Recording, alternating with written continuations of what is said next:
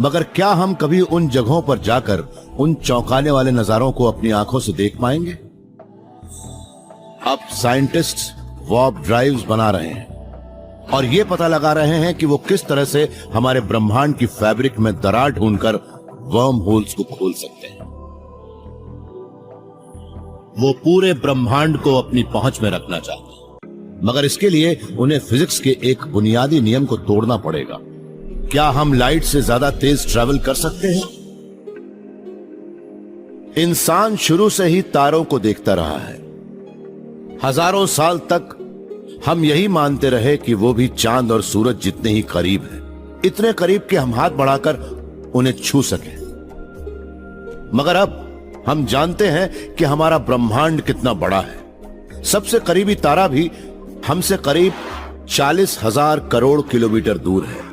हमारे पास आज जो सबसे तेज स्पेसक्राफ्ट है वो भी वहां तक 10,000 साल में पहुंच पाएगा। इस ब्रह्मांड का सच्चा नागरिक साबित करने के लिए हमें अब वो करना होगा जिसे फिजिक्स इम्पॉसिबल कहता है। हमें लाइट की बीम से भी ज्यादा तेज ट्रैवल करना होगा। बचपन में मिसिसिपी में मैं अक्सर रात के वक्त कैंप फायर के पास बैठ जाता था। घंटों आग की नाचती लपटों को देखता रहता, सोचता ये रोशनी किस चीज की बनी है। मैं सोचता कि वो एक पल को तो सॉलिड नजर आती है, फिर अचानक गायब कैसे हो जाती है। Sean Carroll California Institute of Technology में एक थियोरेटिकल फिजिसिस्ट है। ये भी लाइट के रहस्यमय स्वभाव को देखकर दंग है। लाइट की स्पीड है 2,97,600 किलोमीटर पर सेकंड या 107 करोड़ किलोमीटर। लाइट की स्पीड से ज्यादा तेज कुछ भी नहीं है। सच कहें तो ये ब्रह्मांड में हर चीज की मैक्सिमम स्पीड लिमिट है। लाइट आवाज से 10 लाख गुना ज्यादा तेजी से ट्रेवल करती है। वो इतनी तेज होती है कि सिर्फ 1 सेकंड में पृथ्वी का 7 चक्कर लगा ले। जब मैं कार से लाइट की एक बीम छोड़ता हूं तो उसकी टोटल वेलोसिटी हमेशा लाइट की स्पीड होती है। लाइट उसी स्पीड से बढ़ती नजर आएगी। भले ही मेरी कार की स्पीड कुछ भी हो, हम लाइट की स्पीड को कार की स्पीड से नहीं जोड़ सकते। लाइट की स्पीड तो हमेशा लाइट की स्पीड ही रहेगी। लाइट के आगे बढ़ने के इन अनोखे नियमों की वजह से ही एल्बर्ट आइंस्टाइन को ब्रह्मांड के बुनियादी नियम फिर से देखने पड़े थे। उन्हें लगा कि स्पेस एंड टाइम ना तो फिक्स्ड है, ना ही एब्सोल्यूट, बल्कि वो कनेक्टेड और रिलेटिव है। दिमाग में ये बात आते ही उन्होंने इतिहास का सबसे मशहूर इक्वेशन दिया, E=mc²। टाइम एंड स्पेस असल में स्पेस टाइम नाम की चीज का एक अंडरलाइंग हिस्सा है।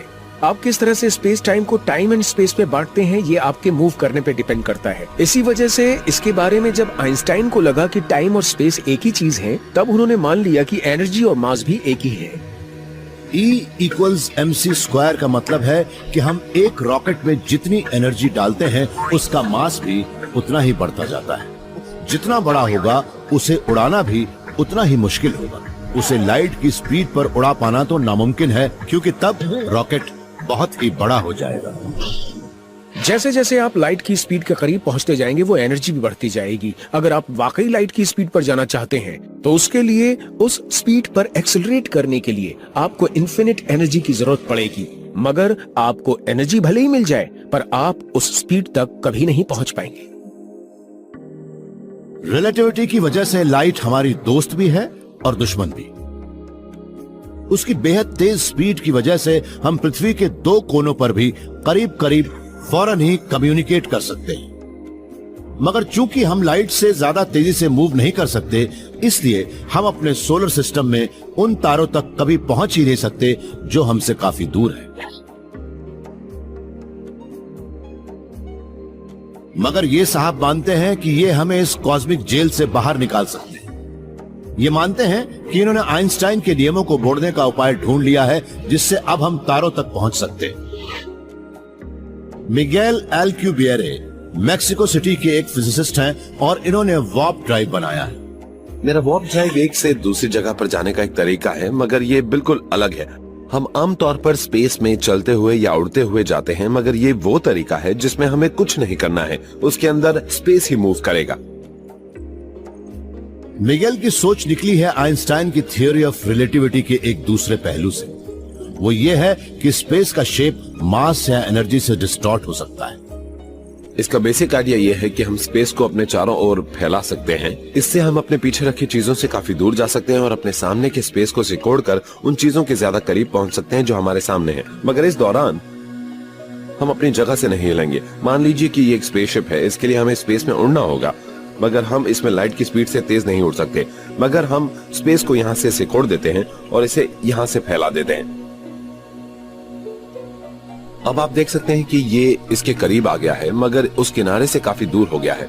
मगर ये स्पेसशिप आसपास की चीजों के मुकाबले अपनी जगह से हिल भी नहीं रहा है।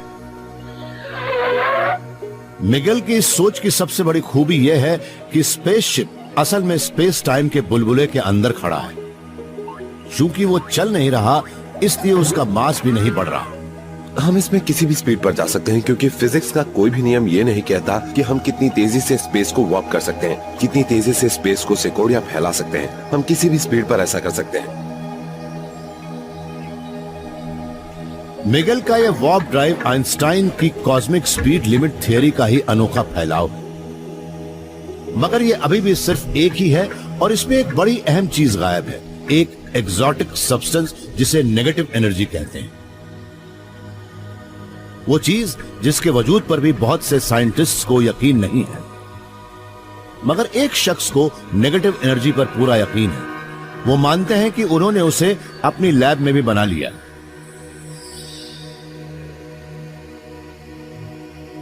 Warp drive. यह बात भले ही साइंस फिक्शन की लगती हो, मगर ब्रह्मांड में स्पेस के एक वॉर्पिंग बबल में सर्फिंग करने के बाद आइंस्टाइन को भी सही लगती। मगर इसमें एक कमी है। एक वॉर्प ड्राइव सिर्फ एक मिस्टीरियस पावर सोर्स से ही काम कर सकता है, नेगेटिव एनर्जी से। आज ज्यादातर हर साइंटिस्ट यही मानते हैं कि यह सिर्फ एक थियोरेटिकल कॉन्सेप्ट है जो साबित नहीं हो सका है।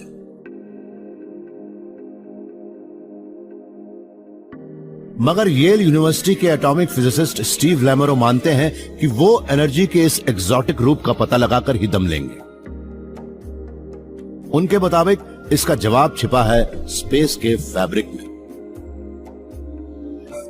आमतौर पर हम यही मानते हैं कि स्पेस का वैक्यूम पूरी तरह खाली है, मगर सच तो यह है कि उस खाली स्पेस में भी एनर्जी है और हम उसे स्पेस की जीरो पॉइंट एनर्जी कहते हैं। क्वांटम मैकेनिक्स की थ्योरी तो यही कहती है कि वो खाली स्पेस असल में एनर्जी माइक्रोस्कोपिक पल्सेस से लगातार चमकता रहता है, क्योंकि उसमें पार्टिकल्स लगातार बनते और खत्म होते रहते हैं। ऐसे में नेगेटिव एनर्जी बनाने के लिए हमें इस कांस्टेंट चैटर को दबाने का कोई उपाय सोचना होगा। स्टीव को लगा ऐसा करने का सबसे अच्छा तरीका है स्पेस के शेप को ही बदल देना। मैं एक उदाहरण देकर समझाता हूँ। मान लीजिए कि एक उफनते समंदर में दो जहाज चल रहे हैं, तो एक जहाज से टकराकर लहरें लौटती हैं और दूसरे जहाज के साथ भी यही होता है। ऐसे में इन दोनों के बीच की वेव डेंसिटी कम होती है, जबकि समंदर में एक जहाज होने पर ज्यादा होती है। अगर हम उफनते समंदर में दो जहाज डाल दें तो वो एक दूसरे की ओर खींचेंगे। स्टीव का तर्क है कि अगर हम उफनते समंदर में चलते दो जहाजों के बीच की जगह की तरह खाली स्पेस का दायरा भी कम कर दें, तो चमकने वाली कुछ जीरो पॉइंट एनर्जी उसके अंदर नहीं समा पाएगी। फिर उस खाली स्पेस की उस तंग जगह के बाहर की एनर्जी बढ़ेगी और वो उसे सिकुड़ने पर मजबूर करेगी। वो फोर्स इन नेगेटिव एनर्जी की पहचान होगा। स्टीव ने उसे अपनी लैब में बनाने का फैसला किया। अपनी इस सोच को असली रूप देने में ही उन्हें 10 साल से ज्यादा का वक्त लग गया। हम इस एक्सपेरिमेंट को टाइम मशीन कहते हैं, पर यह असल में टाइम मशीन 2 है। यह हमारे एक्सपेरिमेंट का दूसरा वर्जन है। मैंने इसे ये नाम इसलिए दिया है क्योंकि मेरी जिंदगी के 15 साल इस मेजरमेंट में बीत गए। सच कहें तो इसे एक टाइम वेस्टिंग मशीन कहना चाहिए। इस वैक्यूम चेंबर के अंदर दो छोटी छोटी मेटल प्लेट्स लगी हैं, जो इंसान के बाल जितनी चौड़ाई पर एक दूसरे से दूर है। इन्हें इतने करीब रखने के बाद एक दूसरे से दूर रखना बड़ा ही मुश्किल काम था, क्योंकि ये करीब करीब एटॉमिक लेवल पर करना पड़ा। खाली स्पेस का 0 पॉइंट फ्लक्चुएशन भी उन दो प्लेट्स के बीच नहीं आ पाएगा, इसलिए जब हम इन दो प्लेट्स को करीब लाते हैं तब इनके बीच इन प्लेट्स के बाहर के मुकाबले बहुत कम फ्लक्चुएशन होता है। इससे फोर्स बढ़ता है और प्लेट्स के करीब आने की वजह से वो ज्यादा से ज्यादा स्ट्रांग होता जाता है और ये नेगेटिव एनर्जी से बनता है। उन प्लेट्स के बाहर होने वाला 0 पॉइंट एनर्जी फ्लक्चुएशन उनके बीच होने वाले फ्लक्चुएशन से कहीं ज्यादा होता है। बाहर से लगने वाला प्रेशर उन्हें अंदर की ओर दबाता है, या फिर ये भी कह सकते हैं कि उन प्लेट्स के बीच की नेगेटिव एनर्जी अपने आसपास के स्पेस को फैलाती है।